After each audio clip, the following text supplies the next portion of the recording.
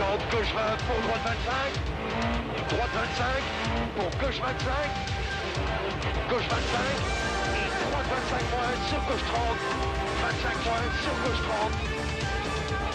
Sur Lyon, droite 30 plus. Bienvenue dans Champions numéro 39, bienvenue à Lloret de Mar sur la Costa Brava. Lloret de Mar, ville-étape du rallye de Catalogne, 9e et dernière manche du championnat du monde des rallyes. Le rallye de Catalogne est la seule manche mondiale qui se déroule entièrement sur asphalte. Au départ de ce rallye, nous alignons un duo de super sprinters. Bruno Thierry, qui fut le héros malheureux du Tour de Corse 95, et Freddy Loax, qui est le héros heureux des 24 heures d'Ypres 96. Ces deux-là vont nous faire rêver intensément, place au plaisir et à la fierté d'être belges. Que le temps passe vite. Au départ de ce Catalogne 96, 9 équipages vedettes rêvent de podium. Thierry et Loax en font partie. Pendant 3 jours, ils vont virevolter au millimètre près sur les 393 km de 18 spéciales. Au terme des 1368 km de course, le rallye de Catalogne aura livré tous ses secrets.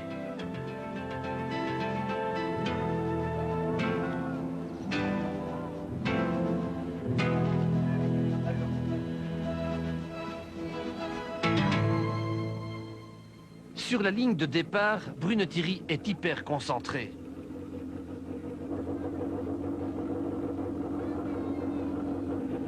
Plus pour se rassurer lui-même que pour convaincre un futur employeur, il doit livrer un très grand rallye. Il doit attaquer dès le premier mètre, mais en même temps, il ne peut commettre la moindre faute. Sa marge de manœuvre est donc étroite.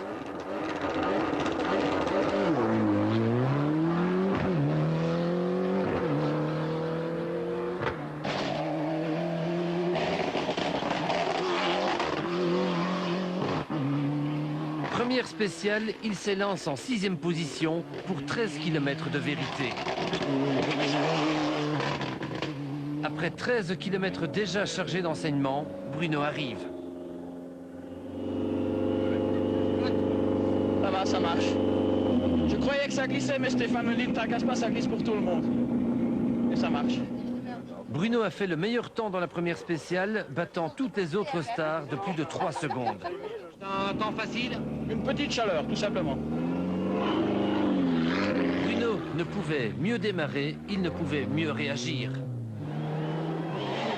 Tommy Mäkinen, champion du monde 96 dans la 2e spéciale, il est à 2 doigts de la sortie de route fatale.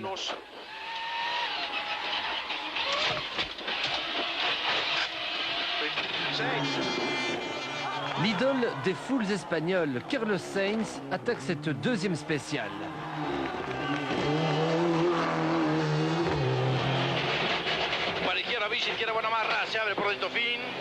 Battu à armes égales par son équipier Bruno Thierry dans le premier sprint, il doit se racheter.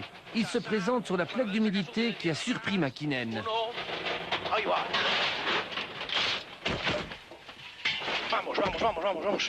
Le capot écrase la courroie de distribution, c'est l'abandon. La Catalogne perd son héros. L'usine Ford n'a plus qu'un seul pilote en course, Bruno Thierry. Le voici dans la 2e spéciale, celle où Sainz vient de sortir. Heureusement, Moya le prévient et Bruno passe tout juste. Mais un peu plus loin, il est quand même surpris par une autre plaque d'humidité. Les 2 virages avant la fin, on a fait un tête à queue et on est sorti aussi. On a un peu abîmé l'avant, mais je crois que les mécaniciens m'ont dit qu'elle n'avait rien. Vous perdez combien de temps dans ce tête à queue? À peu près 6 secondes, je crois. Quelque chose comme 6 secondes. On sent quoi, c'est de toute façon un bon temps, hein? De toute façon, oui, je crois que Pierrot fait le scratch. Il nous met 4 secondes malgré notre tête à queue, donc on était dans le bon.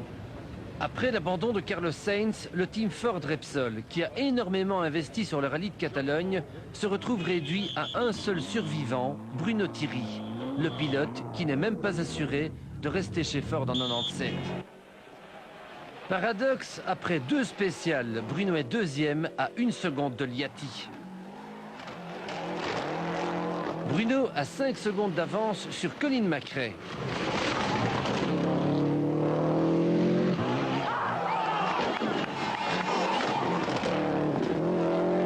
Et 7 secondes d'avance sur Freddy Loax qui souffre de son inexpérience.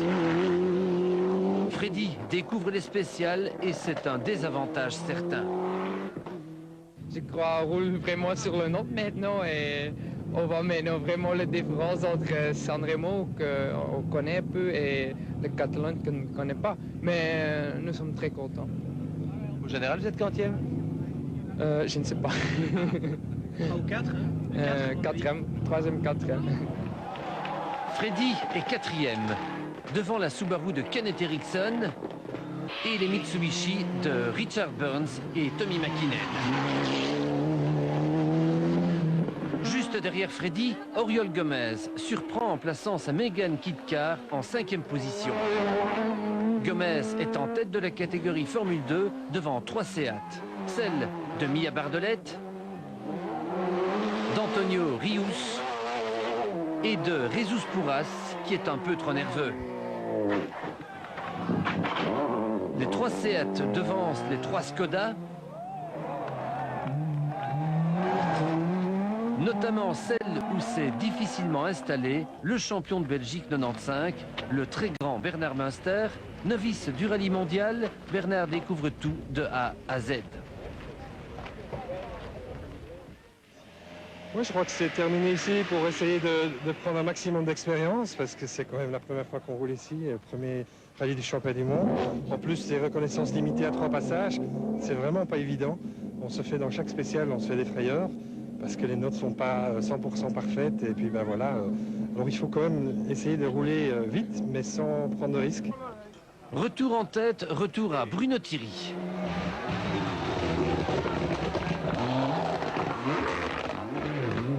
Il signe le scratch dans la 3e spéciale et le 2e temps dans la 4e. Il reprend la tête du classement général avec 4 secondes d'avance sur Liati. 5 secondes d'avance sur Macrae. Et 15 secondes d'avance sur Freddy Loax. Le débat s'élève encore dans la 5e spéciale, la Rocca San Hilary. Bruno Thierry signe à nouveau le meilleur temps, son 3e depuis le départ. Bruno n'est pourtant pas satisfait de n'avoir battu Macrae que d'1 seconde. On vient de prévenir Stéphane par la radio qu'on avait un avantage de 10 secondes sur Colline à 10 km de la fin. Donc on a tout perdu sur la fin. Bruno croit que ses pneus sont inadaptés. Ses craintes vont se justifier dans la 6e et dernière spéciale. D'un seul coup, il va perdre 13 secondes et redevenir 2e, mais ça ne l'inquiète pas trop.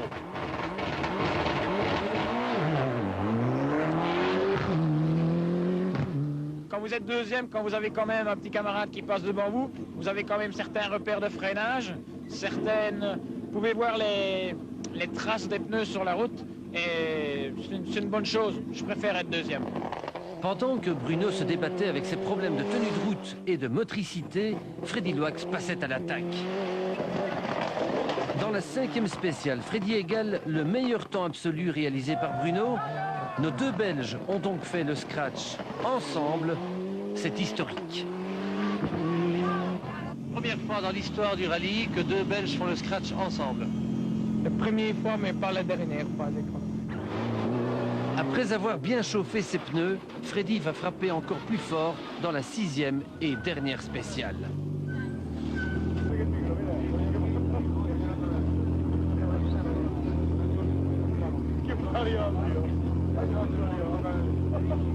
Après avoir bien relu ses notes de route, il signe le meilleur temps scratch en 2 spéciales.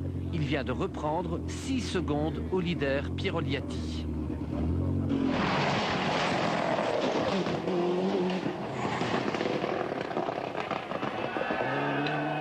L'avant-dernière spéciale, c'est le seul spécial que j'ai fait avec une voiture de rallye en 94. Donc on voit quand même, on a beaucoup plus de confiance dans la note et dans tout sur cette spéciale-là. Le spécial après, je ne sais pas pourquoi on fait bon temps. Je crois qu'on était un peu chaud et on voulait encore faire un bon chrono, mais c'était limite. Au classement général, nos deux Belges cartonnent. Bruno Thierry n'est qu'à 3 secondes de Liati et Freddy Loax n'en est qu'à 5 secondes. Il précède Macrae, le champion du monde 95, McKinnon, le champion du monde 96, Ericsson et Burns sont largués.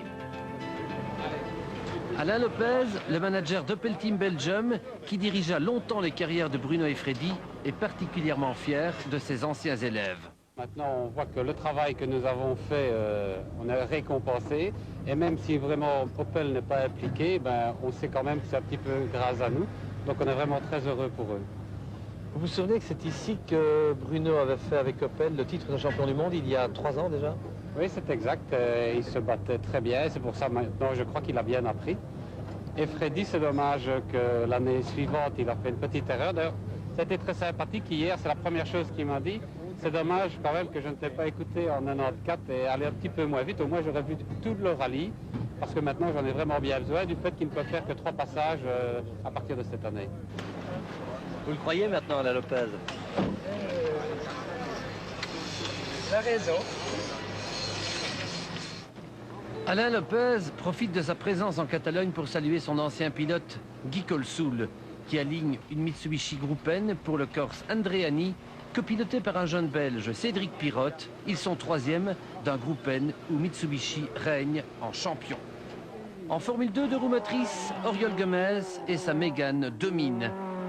Ils ont déjà plus d'1 minute 30 d'avance sur les 3 Seat Ibiza Kit Car de Bardelette, Pourras et Rius.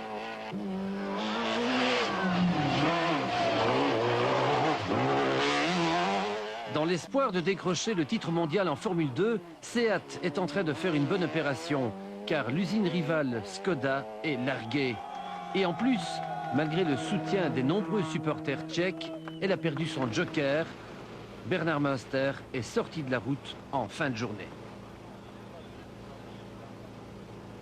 Au matin de ce deuxième jour, on retient son souffle. Jamais la Belgique n'était aussi bien placée pour remporter enfin un rallye mondial. Thierry, 2e, va-t-il nous refaire le coup de la Corse? Loax, 3e, va-t-il nous refaire le coup des 24 heures d'Ypres? L'un et l'autre vont-ils pouvoir surprendre Liati? Un premier élément de réponse est fourni par la première spéciale du jour, l'Ariba, 34 km. Liati arrive le premier, il est content de lui, sans plus. Yes, but no match, no match. Thierry se bat pour reprendre 3 secondes à Liati et le commandement. 25 plus, gauche 30 plus, 50, 35 plus et 3. Mais il n'y parvient pas. Il ne parvient pas à battre Liati comme il l'avait fait si bien 4 fois la veille. Au contraire, il concède 4 secondes au leader italien. Dur, hein? On a essayé un nouveau type de pneu, il faut que je m'habitue. Il va pas mal, mais il faut que je m'habitue aux pneus. Freddy Loax achève cette spéciale de 34 km.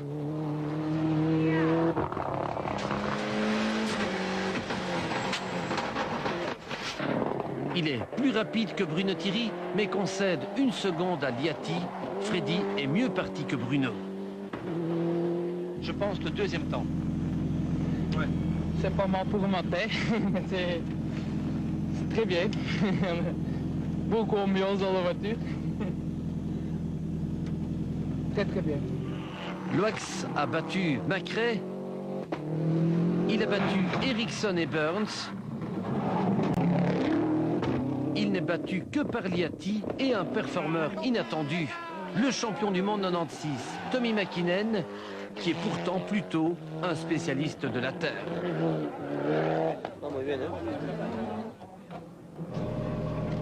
I've been hell of a fast somewhere. Dans les spéciales suivantes, McKinnon ne parviendra pas à répéter son coup d'éclat du petit matin. Mais les 3 autres tendances se confirment. La première, les Subaru sont de plus en plus efficaces. Liati et Macrae s'approprient tous les meilleurs temps. Deuxième tendance, la Ford de Bruno Thierry a perdu de sa superbe. En 3 spéciales, Bruno perd plus de 20 secondes sur Liati, qu'il avait pourtant dominé la veille. La Ford souffre de sous-virage, de manque de motricité. Bruno continue à penser que les pneus sont responsables de sa baisse de régime. Ça va pas, Bruno? Non. pneus.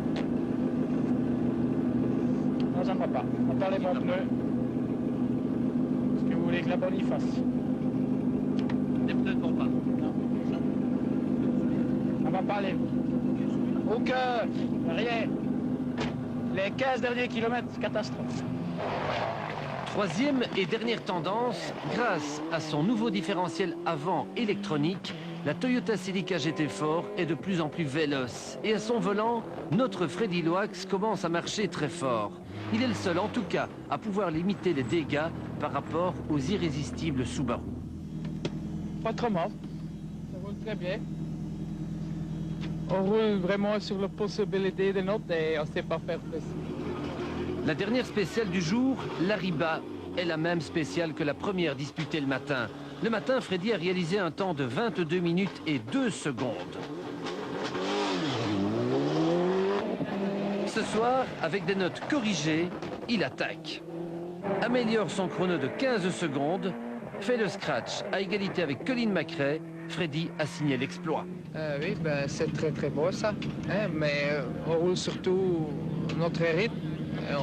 On regarde le taux de McRae et Liatti, c'est sûr, mais on ne veut pas pousser plus fort pour faire des scratchs ou quelque chose. Pour nous, le plus important, c'est rester sur la route et pas faire de bêtises. À l'inverse de Loax, qui termine ce deuxième jour en force, Thierry le termine en recul. Il perd à nouveau 9 secondes et ne comprend toujours pas très bien ce qui lui arrive. Peut-être que, sans le savoir, peut-être que la suspension s'est dégradée et je m'y suis un petit peu habitué. Pour ça que ce soir, on va peu vérifier les hauteurs de caisse et tout ça. Comme la voiture est très sensible à tout ça, donc c'est peut-être pour ça qu'on a perdu un peu de temps aujourd'hui. Liatti est toujours en tête, mais McRae n'est qu'à 3 secondes. Troisième, Freddy Loax a perdu 27 secondes sur la journée. Quatrième, Bruno Thierry en a perdu 43. La victoire d'un Belge est devenue improbable, mais un podium reste envisageable.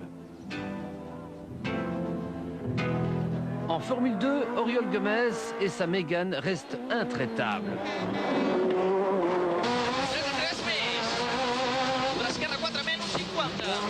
8e au général, ils ont plus de 3 minutes 40 d'avance sur le trio de Seat emmené par Mia Bardelette.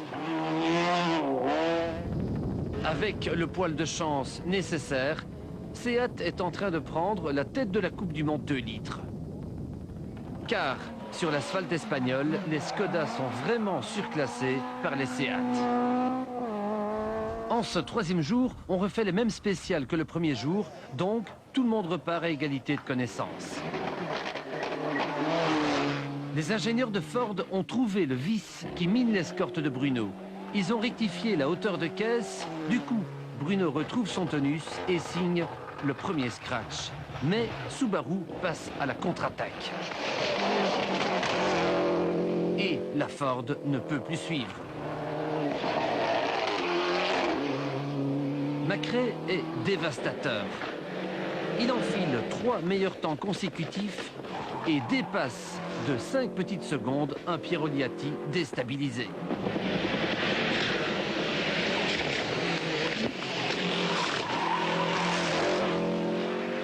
Malheureusement pour lui, Freddy Loax s'est écarté de cette course à la victoire. Le moteur de la Celica tourne sur 3 cylindres. C'est la mécanique, hein? Ça peut arriver. C'est la vie. Pendant que Freddy perd ses illusions de 3e place, Bruno Thierry va lui aussi encaisser un problème mécanique inattendu à l'arrivée de l'avant-dernière spéciale. Un problème d'embrayage. Bruno Fort-Bernard. Clutch. Qu'est-ce qui se passe? Je sais pas ce qu'il a. Les vitesses passent, mais il n'y a rien qui avance.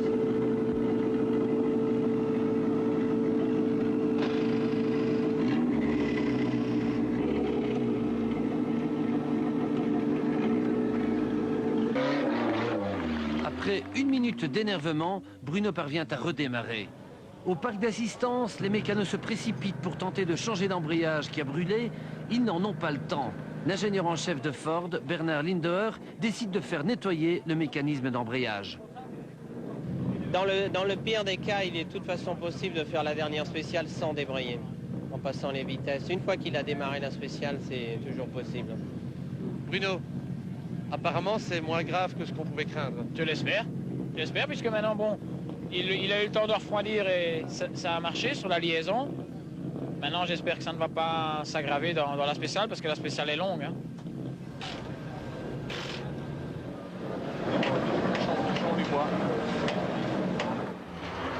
Cette dernière spéciale de 36 km est pour Bruno et Stéphane interminable. D'autant plus qu'un autre problème a surgi qui a bien failli ruiner complètement leur course. Jusqu'au bout, Bruno et Stéphane ont eu très très chaud. La transmission est cassée et pas de direction assistée, pas au steering. Il y a une fuite d'huile. Malgré cette dernière tuile, Bruno a eu enfin un peu de chance cette année, celle de pouvoir terminer. Il sauve sa 3e place de justesse. Une 3e place que Freddy n'a pas pu lui contester à cause de son moteur malade. Freddy parvient quand même à terminer. Sur 3 pattes, il est 4e. Je pense que vous avez fait le meilleur rallye depuis toujours. Hein. Oui, je pense. Sur Terre, au championnat du monde, c'est le meilleur rallye qu'on a fait. Moi, je suis content. Qu'est-ce que tu as dans les yeux, là? Ah oui. Pourquoi? Je crois, pour moi, c'est la première fois qu'on arrive ici. On était 2 jours le 3e, mais c'est pas marché. Il reste maintenant à savoir qui va gagner, l'Italien Liatti ou l'Écossais Macrae.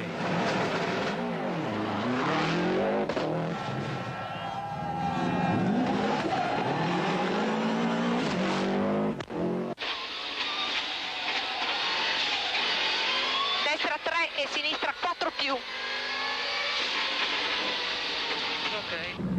Liatti arrive avec un temps de 22 minutes 56. Il ne sait pas si c'est bon. 22:56. My time, I don't know. It's very slippery, it's the humid. I don't know. Liatti gagnera si Macrae perd 6 secondes. David Richards ne rit pas et ne se calme pas.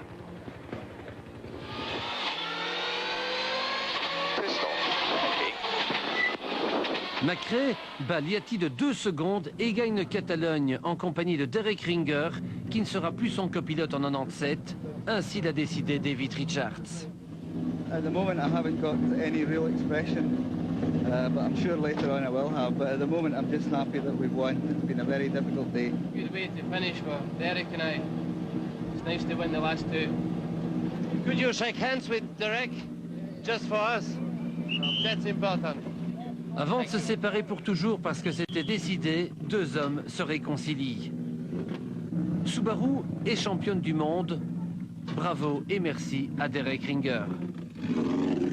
Mitsubishi se console avec le titre de champion du monde de Tommi Mäkinen. Un Tommi Mäkinen qui pense que Bruno Thierry pourrait devenir son équipier en 1997.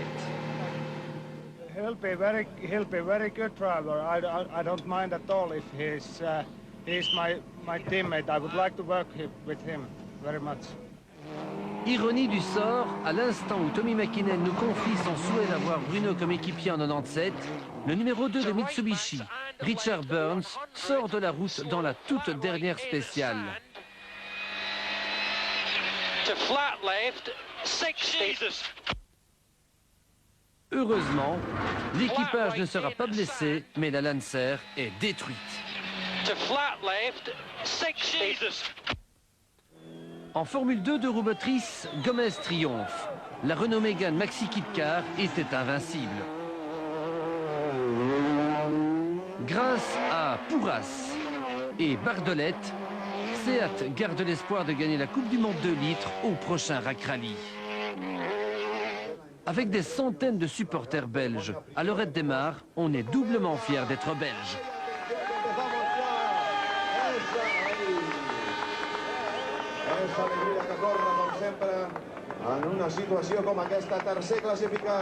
Macrae gagne de justesse devant Liati. Bruno Thierry est 3e, Freddy Loax 4e. Quand on pense qu'ils ont perdu plus d'1 minute en problème technique, on a envie de refaire les comptes, même en sachant que tout a failli foirer in extremis. Mais dans la dernière, encore ici, on a la pompe de pression d'huile qui active la transmission est tombée en panne. Et là, j'avais pris un coup au moral. Et si j'avais pas eu Stéphane à côté de moi pour me remotiver et me relancer, qui me disait allez on y va, il faut cette 3e place, on l'a eu et on la garde. Sans lui, je crois qu'on perdait peut-être notre 3e place dans la dernière spéciale. On a été les premiers leaders d'Australie, donc il est évident qu'on y a cru. Mais je pense qu'on a payé notre manque d'essai hier durant toute la journée. Et bon, finalement une 3e place, c'est pas mal pour terminer la saison. Grâce à la double victoire de Macrae et Ringer au San Remo et en Catalogne, Subaru est champion du monde. Mitsubishi veut se venger en 97 avec, qui sait, le renfort éventuel de Bruno Thierry. Tommy McKinnon nous a dit plusieurs fois que s'il fallait un 3e pilote chez Mitsubishi, et il en faudra un, vous serez celui-là. Oui, ben c'est clair que... Sans budget. On a la cote chez Mitsubishi. Mitsubishi, je crois, est prêt à faire beaucoup de choses pour nous. Maintenant, il faut attendre un peu que le temps passe et peut-être que pour Noël, nous aurons un beau cadeau. Maintenant, si on peut trouver un team qui nous fait entièrement confiance et avec lequel on a carte blanche, bon, ben, je suis sûr qu'on peut gagner des rallyes, même sur la terre. Tommy McKinnon est champion du monde des pilotes. Colin McRae, vice-champion du monde, devant Carlos Sainz, Kenneth Eriksson et Piero Liati. Bruno Thierry est 6e, Kankkunen 7e, Freddy Loax 8e et Burns 9e.